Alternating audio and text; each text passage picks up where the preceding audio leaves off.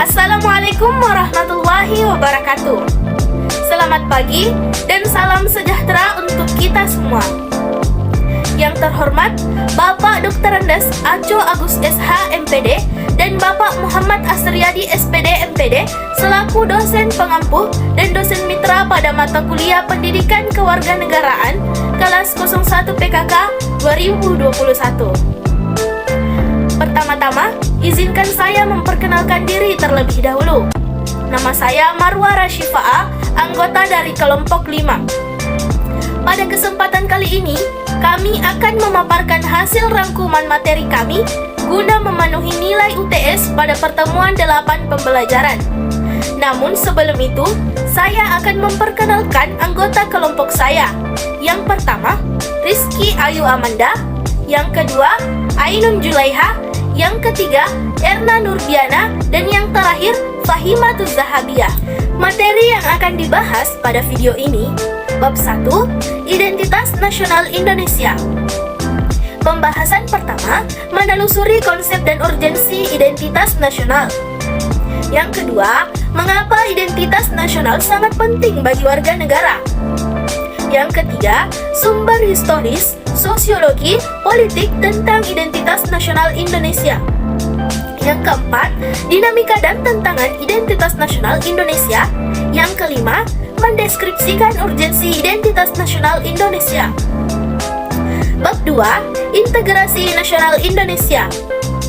Yang pertama, konsep dan urgensi integrasi nasional. Yang kedua, alasan mengapa diperlakukannya integrasi nasional. Yang ketiga, sumber historis, sosiologi, politik tentang integrasi nasional. Yang keempat, dinamika dan tantangan integrasi nasional. Yang kelima, mendeskripsikan esensi dan urgensi integrasi nasional. Pada bab 3, Konstitusi Negara Republik Indonesia. Pembahasan pertama, konsep dan urgensi konstitusi dalam kehidupan berbangsa dan bernegara. Yang kedua, perlunya konstitusi dalam kehidupan berbangsa dan bernegara Indonesia. Yang ketiga, sumber historis, sosiologi, politik tentang konstitusi dalam kehidupan berbangsa dan bernegara Indonesia. Yang keempat, dinamika dan tantangan konstitusi dalam kehidupan berbangsa dan bernegara Indonesia. Yang kelima, mendeskripsikan esensi dan urgensi konstitusi dalam kehidupan berbangsa dan bernegara. Bab 1, Identitas Nasional Indonesia. Kepada para pemateri, saya persilahkan untuk memaparkan materinya. Pertama yaitu menelusuri konsep dan urgensi identitas nasional. Apa itu identitas nasional? Secara etimologis, identitas nasional berasal dari dua kata, identitas dan nasional. Konsep identitas nasional dibentuk oleh dua kata dasar, ialah identitas dan nasional. Kata identitas berasal dari kata identity dalam bahasa Inggris. Dalam Kamus Besar Bahasa Indonesia KBBI, identitas berarti ciri-ciri atau keadaan khusus seseorang jati diri. Dengan demikian, identitas menunjukkan pada ciri atau penanda yang dimiliki oleh seseorang pribadi dan dapat pula kelompok. Penanda pribadi misalkan diwujudkan dalam beberapa bentuk identitas diri, misal dalam kartu tanda penduduk, ID card, kartu izin mengemudi, kartu pelajar, dan kartu mahasiswa. Materi yang kedua, mengapa identitas nasional sangat penting bagi warga negara Indonesia. Identitas nasional sangat penting bagi warga negara Indonesia karena identitas nasional merupakan ciri khas bangsa dan sebagai tanda bahwa kita adalah warga negara. Selain itu, identitas juga merupakan simbol negara seperti bendera merah putih, bahasa, lagu kebangsaan Indonesia Raya, dan sebagainya, yang menjadikan itu semua pemersatu bangsa dari beragam suku, adat istiadat, dan budaya yang ada di Indonesia. Histori sosiologis politik tentang identitas nasional Indonesia. Secara historis, khususnya pada embrionik, identitas nasional Indonesia ditandai ketika munculnya kesadaran rakyat Indonesia sebagai bangsa yang sedang dijajah oleh asing pada 1908 yang dikenal dengan masa kebangkitan nasional atau bangsa. Rakyat Indonesia mulai sadar akan jati diri sebagai manusia yang tidak wajar karena dalam kondisi terjajah. Pada saat itu muncullah kesadaran untuk bangkit membentuk suatu bangsa. Kesadaran ini muncul karena pengaruh dari hasil pendidikan yang diterima sebagai dampak politik. Secara sosiologis, identitas nasional terbentuk dalam proses interaksi, komunikasi, dan persinggungan budaya secara alamiah, baik melalui perjalanan panjang menuju Indonesia merdeka. Secara politik, beberapa bentuk identitas Indonesia yang dapat menjadi penciri atau pembangun jati diri bangsa Indonesia meliputi bendera negara Sang Merah Putih, bahasa Indonesia sebagai bahasa nasional atau bahasa negara, lambang negara Garuda Pancasila, dan lagu kebangsaan Indonesia Raya. Bentuk-bentuk identitas nasional ini diatur dalam peraturan perundangan, baik dalam Undang-Undang Dasar maupun dalam peraturan-peraturan yang lebih khusus. Selanjutnya, poin yang keempat yaitu dinamika dan tantangan identitas nasional Indonesia. Contoh dinamika kehidupan yang sekaligus menjadi tantangan terkait dengan masalah identitas nasional ada beberapa. Di antaranya, lunturnya nilai-nilai luhur dalam praktik kehidupan berbangsa dan bernegara. 2. Nilai-nilai Pancasila belum menjadi acuan sikap dan perilaku sehari-hari. Rasa nasionalisme dan patriotisme yang luntur dan memudar. Kemudian, lebih bangga menggunakan bendera asing daripada bendera merah putih dan menyukai simbol-simbol asing daripada lambang atau simbol bangsa sendiri. Adapun tantangan dan masalah yang dihadapi terkait dengan Pancasila dikemukakan oleh Azumardi Azra bahwa saat ini Pancasila sulit dan dimarginalkan di dalam semua kehidupan masyarakat Indonesia karena beberapa alasan, seperti Pancasila dijadikan sebagai kendaraan politik, adanya liberalisme politik, dan lahirnya desentralisasi atau otonomi daerah. Poin kelima, mendeskripsikan urgensi identitas nasional Indonesia. Negara Indonesia berhasil melepaskan diri dari kekuasaan asing, lalu menyatakan kemerdekaannya. Pada pendiri negara segera menyiarkan atau mengabarkan kepada negara dan bangsa lain, agar mereka mengetahui bahwa di wilayah Nusantara telah berdiri Negara Kesatuan Republik Indonesia atau disebut NKRI, yang merdeka, bersatu, berdaulat dengan cita-cita besar menjadi negara yang adil dan makmur. Sejak inilah bangsa lain mengenal identitas nasional Indonesia pertama kali. Untuk mengkokoh identitas nasional dalam konteks hubungan internasional, setiap negara memiliki bendera negara, lambang negara, bahasa negara, dan lagu kebangsaannya. Dengan identitas-identitas tersebut, maka NKRI akan semakin kokoh dan semakin dikenal oleh bangsa dan masyarakat dunia. Dengan saling mengenal identitas, maka akan tumbuh rasa saling hormat, saling pengertian, tidak ada stratifikasi dalam kedudukan antar negara dan bangsa. Dalam berhubungan antar negara, tercipta hubungan yang sederajat atau sejajar, karena masing-masing mengakui bahwa setiap negara berdaulat tidak boleh melampaui kedaulatan negara lain. Bab 2. Integrasi Nasional Indonesia. Kepada para pemateri, saya persilahkan untuk memaparkan materinya. Dari selanjutnya itu konsep dan urgensi integrasi nasional. Integration berarti kesempurnaan atau keseluruhan. Kata ini berasal dari bahasa Latin integer, yang berarti utuh atau menyeluruh. Berdasarkan arti etimologisnya itu, integrasi dapat diartikan sebagai pembauran hingga menjadi kesatuan yang utuh atau bulat. Nation artinya bangsa sebagai bentuk persekutuan dari orang-orang yang berbeda latar belakangnya, berada dalam suatu wilayah dan di bawah satu kekuasaan politik. Materi yang kedua, alasan mengapa diperlukannya integrasi nasional. Integrasi nasional sangat diperlukan oleh negara Indonesia karena dari integrasi nasional dapat mempersatukan perbedaan-perbedaan yang ada di Indonesia, sehingga dapat mencegah konflik perpecahan yang akan terjadi dikarenakan perbedaan semata. Selain itu, integrasi bangsa juga dapat membentuk karakteristik bangsa Indonesia agar menjadi bangsa yang berdaulat dan berkeadilan, sehingga dapat mencerminkan norma-norma yang berlaku di negara kita, yaitu Negara Kesatuan Republik Indonesia. Secara historis, sosiologis, politik, integrasi nasional. Secara historis, ternyata sejarah menjelaskan bangsa kita sudah mengalami pembangunan integrasi sebelum bernegara Indonesia merdeka. Menurutnya, ada 3 model integrasi dalam sejarah perkembangan integrasi di Indonesia, yakni 1. Model integrasi premium Majapahit, 2. Model integrasi kolonial, 3. Model integrasi nasional Indonesia. Secara sosiologis, integrasi nasional berkembang dengan adanya proklamasi yang mengubah bangsa yang terjajah menjadi bangsa yang merdeka dan bebas. Proses penyesuaian di antara unsur-unsur yang berbeda sehingga mencapai suatu keserasian fungsi dalam kehidupan masyarakat. Secara politik, hasrat untuk bersatu sebagai satu kesatuan bangsa terrealisasi melalui konsensus nasional, yaitu Sumpah Pemuda 28 Oktober 1928. Kemauan untuk bersatu disadari benar oleh para perintis kemerdekaan, sehingga bentuk Negara Kesatuan Republik Indonesia merupakan nyata mereka sebagai sayup perwujudan integrasi nasional. Selanjutnya, dinamika dan tantangan integrasi nasional. Dinamika integrasi di Indonesia sejalan dengan tantangan zaman waktu itu.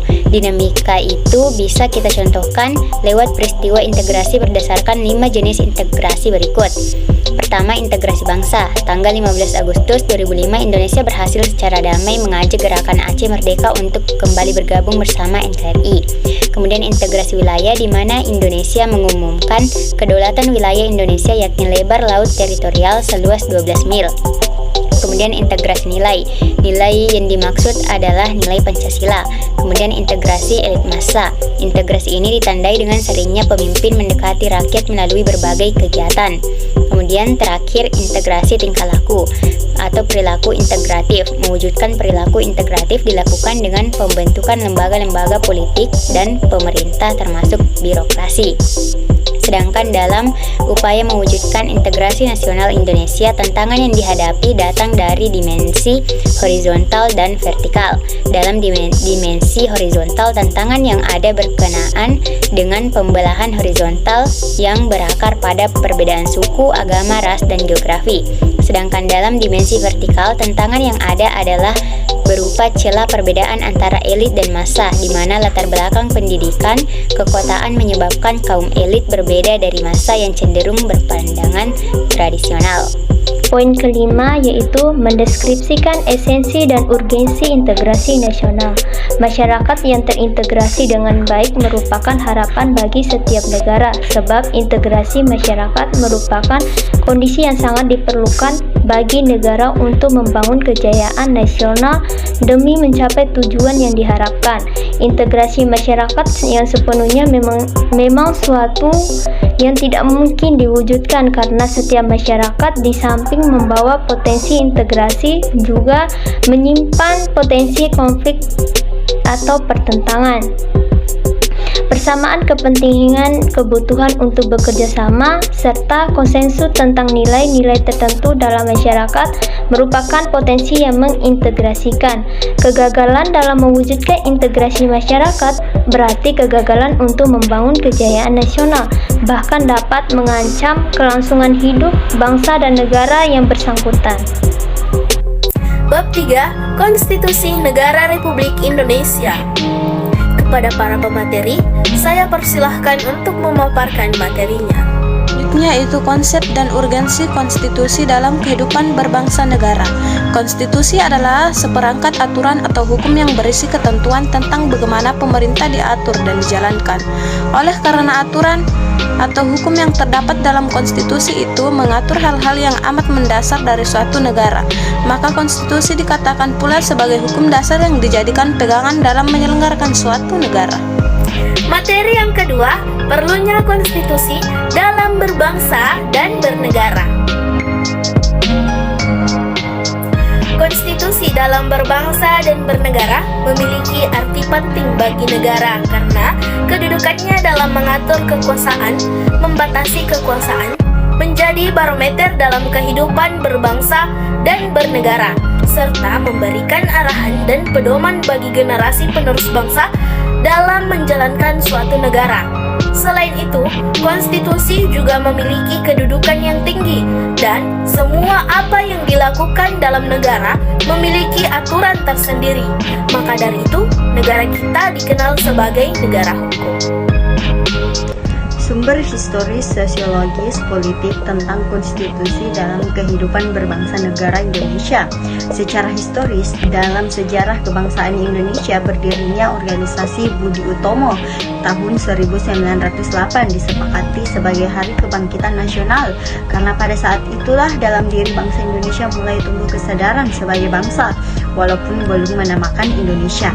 Setelah berdiri Budi Utomo, berdiri pula organisasi-organisasi pergerakan kebangsaan lain seperti Syarikat Islam, Muhammadiyah, Industri Party, PSII, PKI, NU, dan organisasi lainnya yang tujuan akhirnya ingin melepaskan diri dari penjajahan Belanda, yang akhirnya Indonesia dapat merdeka pada 17 Agustus 1945.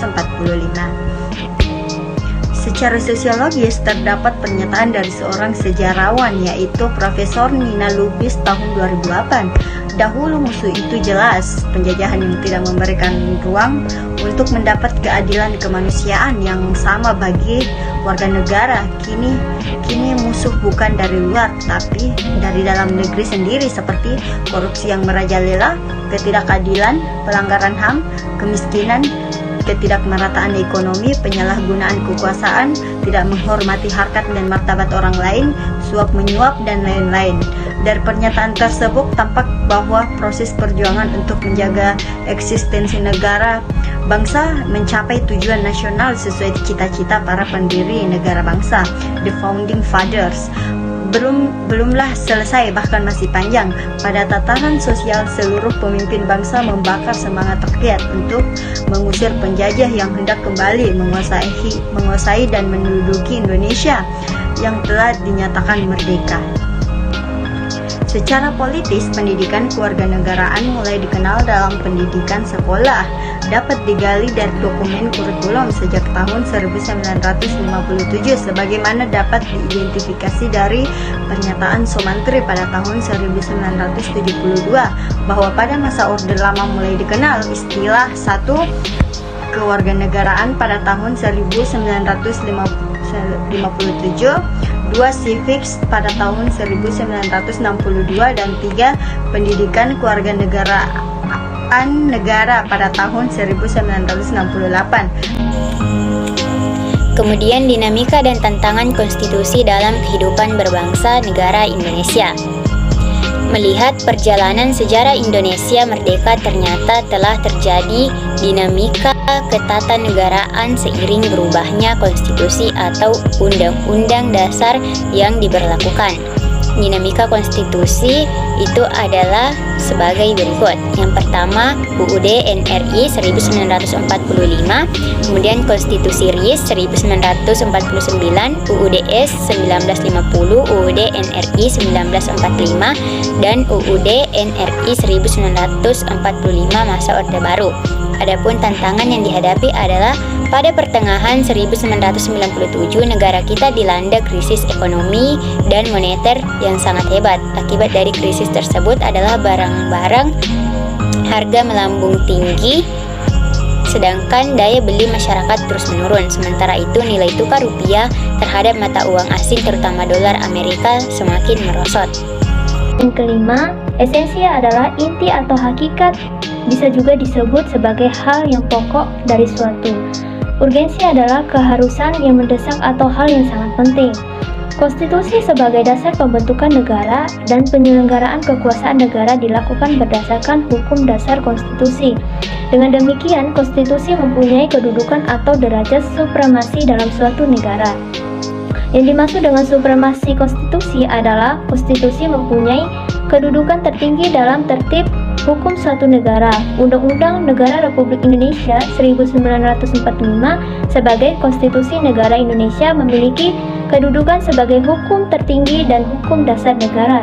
Sebagai hukum tertinggi negara, Undang-Undang Negara Republik Indonesia 1945 menduduki posisi paling tinggi dalam jenjang norma hukum di Indonesia sebagai hukum dasar. Undang-Undang Negara Republik Indonesia 1945 merupakan sumber hukum bagi pembentukan peraturan perundang-undangan di bawahnya. Baiklah, itulah tadi pemaparan materi dari kelompok kami. Terima kasih kepada dosen pengampu dan dosen mitra yang telah memberikan tugas ini. Semoga apa yang kami paparkan dapat bermanfaat bagi diri pribadi dan bagi para penonton dari video ini. Apabila ada kekurangan dan kesalahan dalam proses pemaparan kami memohon maaf atas segalanya. Terima kasih. Wabillahi taufiq wal hidayah. Wassalamualaikum warahmatullahi wabarakatuh.